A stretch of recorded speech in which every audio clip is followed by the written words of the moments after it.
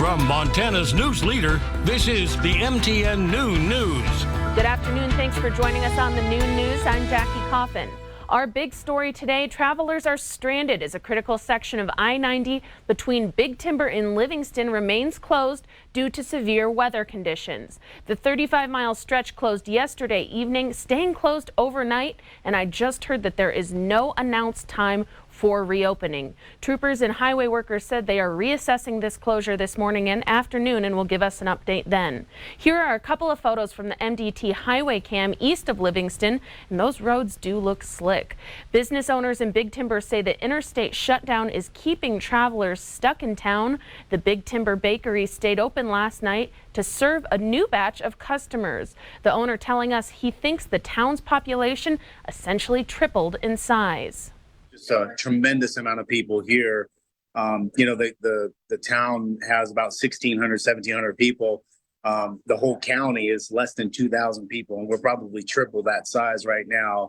All the hotels are full, and so we just, there's not a lot of chain restaurants, fast food places here, so we just decided to open our doors, offer delivery to anybody that's stranded, or anyone that can't get, out and about. We'll, of course, keep you updated on changing conditions here on MTN and online. Well, Northwestern Energy is warning customers that there are scam texts and calls going around trying to steal money by threatening immediate service disconnection. The scammers are demanding immediate payment from customers within the hour, saying if they don't receive it, their service will be cut off. In a press release, Northwestern Energy states that Northwestern Energy never demands immediate payment or a specific payment type, such as a prepaid card or at kiosk machines that accept cash payments, such as Bitcoin ATMs. Northwestern Energy also does not use QR codes to request or process payments, and customers will receive multiple disconnection notices before their service is shut off. For more information on how to avoid being the victim of a scam or to report a scam, go to northwesternenergy.com/scam alert, or you can call 888-467-2629.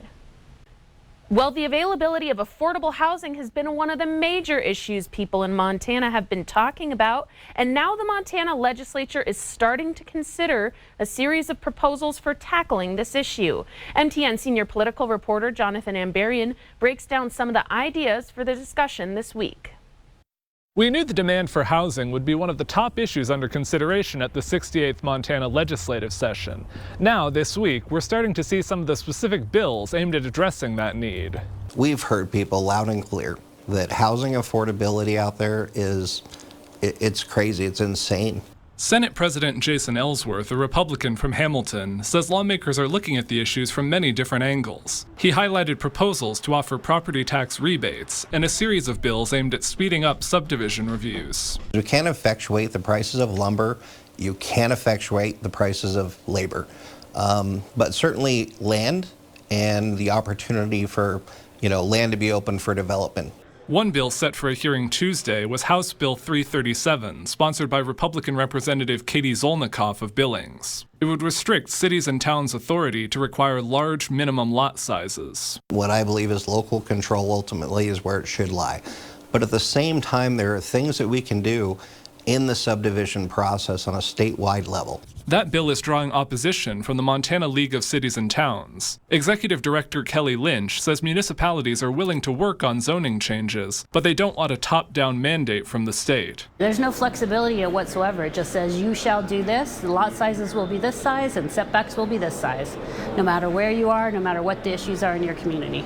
Lynch says the league is working with lawmakers on an alternate proposal, which would require cities to choose several housing availability measures from a list of options. Also heard Tuesday was a Democratic proposal from Senator Mary Ann Dunwell of Helena. It would offer landlords a tax credit if they rent homes below market rates. Dunwell says it's just one tool, but potentially one that could make an immediate difference. It's win-win for everyone. It's win-win for renters to be able to stay in their rentals and afford their rents, and it's win-win for landlords so they can stay in business. In Helena, Jonathan Ambarian, MTN News. It's safe to say there's a lot of drivers in Montana running red lights, far more than cited. Some of the violations turn into traffic deaths or children being hit on their way to school, and that has some Montanans speaking out, aiming for change. MTN's Diane Parker reports.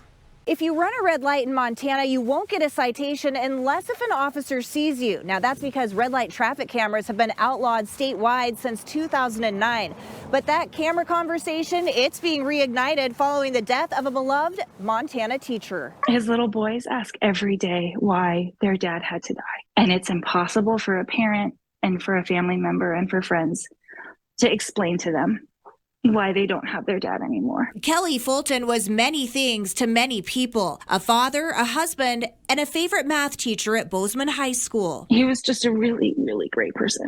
But the 40-year-old teacher is no longer with us. He was hit and killed while riding his bike to school, struck by a driver who ran a red light in October. It's a ride he usually made with his 2- and 5-year-old boys, pulling them in a bike trailer behind him. Luckily, his last trip was solo. The night before he was hit, he had been baking banana muffins, one of their favorite things to make together, for the little boys to take into their preschool. That next morning, they decided that their mom, Elizabeth, would drive them into school so that they could take their muffins. Muffins may have saved 2 lives this time, but the family hopes to save more by shedding light on state legislation that bans the use of red light cameras in Montana. Technology they believe would deter drivers from running red lights.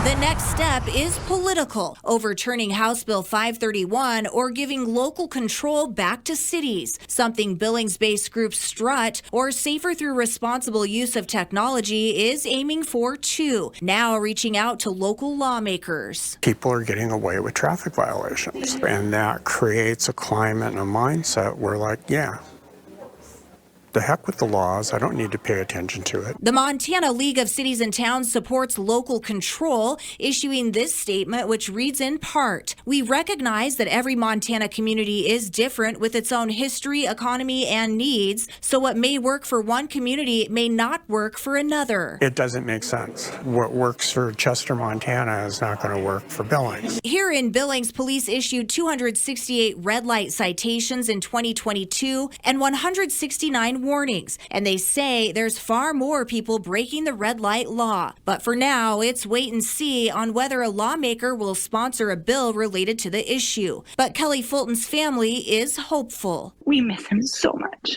In Billings, Diane Parker, MTN News.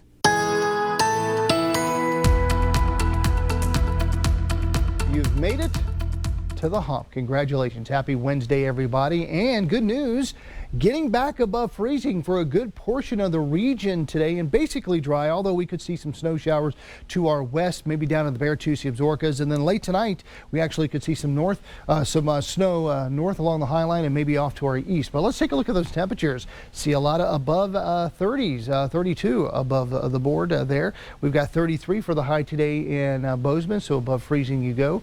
Right at freezing in Butte. We'll stay below the freezing mark in Helena at 26, 32 in Missoula, 35 in Havre, 26 in Glasgow, Miles City getting up to 36, mid-30s in Billings, down in Cody trying to get into the low 40s today.